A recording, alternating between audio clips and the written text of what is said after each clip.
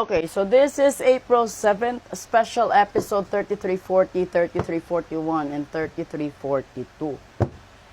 Diba? Tarot gagamitin natin ngayon para mailabas ng tarot kung ano ba yung posibleng mangyari ngayon at pwede niyong pakaabangan at gamitin na guide sa buhay ninyo. Okay. So, kukuha lang tayo dito ng tatlo at ayun, bumagsak talaga. Diba?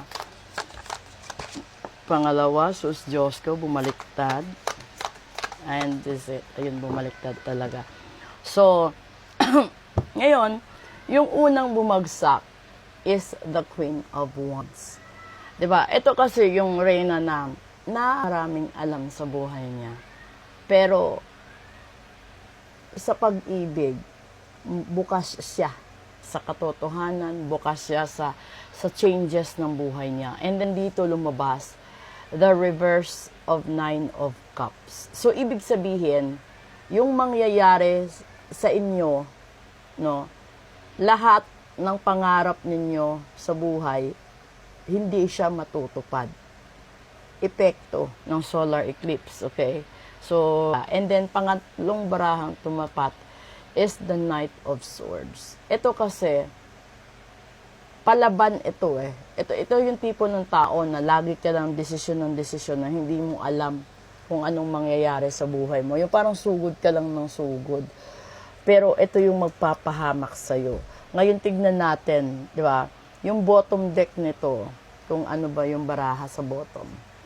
Ayan, that's the world. So, ibig sabihin, apektado buong mundo sa solar eclipse. Diba? And then yung sa tapat na tataas nito, andyan yung Eight of Wands. So, ibig sabihin, magdesisyon bago pa mahuli ang lahat. Gawan mo ng paraan, no? It's either you push your decision para maisalba ang sarili mo or hahayaan mo na mangyari yung lahat ng kamalasan. At dito lumabas sa pangalawang baraha, babaliktad ang sitwasyon mo. So, kung ikaw yung tipo ng tao na matigas ang ulo at hindi ka nakikinig sa payo, mamalasin ka. Tandaan nyo dito sa daily episode, yung gitna is magic. And the second card as well dito sa special episode is baliktad ang Nine of Cups. Ibig sabihin, lahat baliktad. So, it might be from a form of love sa mga desisyon nyo, ando doon lahat yun, babaliktad. So, rush na ho kayo kung gusto niyo magpa-reading, magpa-ritual, magpa-cleansing sa buhay ninyo. Kasi lumalabas na ho ang lahat-lahat. Ngayon, kung tatanungin natin dito ang baraha, ano pa ang posibleng mangyari? Di ba? Ayan, yung posible pang mangyari, konektado, posibleng mamalasin is the King of Cups, which is your breadwinner. Pangalawa, ibibigay yung judgment sa inyo. So, ibig sabihin, kung karapat-dapat kayong bigyan ng bad karma, then bad karma will happen. Kung karapat-dapat kayong bigyan ng good karma, then good karma will happen.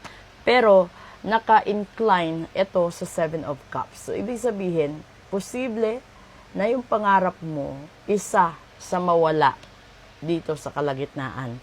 At dahil dyan, tignan natin ulit ito. Yung bottom deck niya uli is bago, which is the sun. And solar eclipse, no?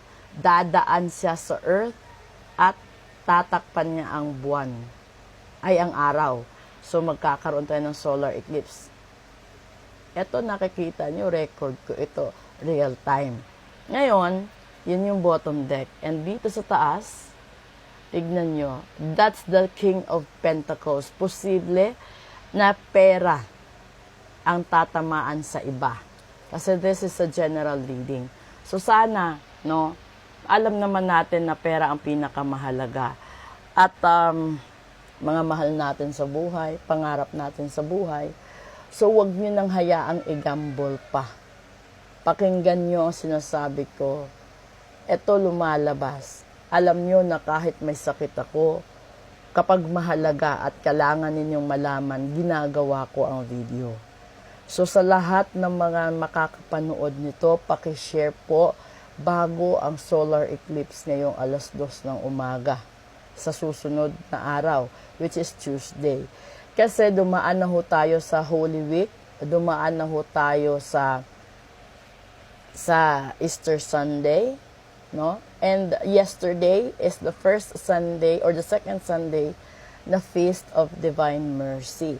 And then ngayon, papasok tayo sa solar eclipse na yung dalang kamalasan is 11 years. So sana, no, makinig kayo sa akin. Pakinggan ninyo yung sinasabi ko. Kapag sinabi kong Diyos ko, dagdagan nyo yung pang-ritual nyo, dagdagan nyo. Kasi alam ko, kung alam nyo lang at nakikita nyo lang kung anong nangyayari, matatakot kayo. So maraming salamat po. Proceed tayo sa English episode right after this. Maraming salamat sa nag-donate sa Piso Caravan nung Holy Week and then nung Easter Sunday. Maraming salamat din po. And then sa walang tigil na sumusuporta sa videos ko dito sa YouTube at saka sa Facebook, maraming salamat din po. Sa gustong magpa-reading, magpa-ritual, message lang ho kayo. Maraming salamat.